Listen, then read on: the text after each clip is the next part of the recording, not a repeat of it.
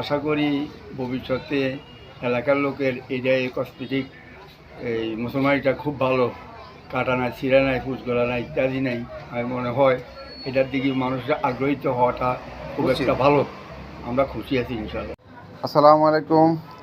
আমরা এই বাচ্চাটাকে গত মঙ্গলবারে সুন্নত করিয়েছিলাম, তো ওই দিন ভিডিও করার সুযোগ পাই নাই ঝামেলার কারণে, ব্যস্ততার কারণে। তো আমি বাচ্চাটাকে জিজ্ঞাসা করি, তোমার নাম কি? রিশাদ না? তোমার বাড়ি কোথায়? আনন্দপুর না? তো তুমি কি ব্যথা পাইছিলা? আচ্ছা আচ্ছা, ঠিক আছে, ওকে। আচ্ছা, বসেন না। উনি হচ্ছে ওনার দাদা আর কি। এটা আমার নাতি, আমি হাবিলা চৌধুরী, আনন্দপুর আমার বাড়ি।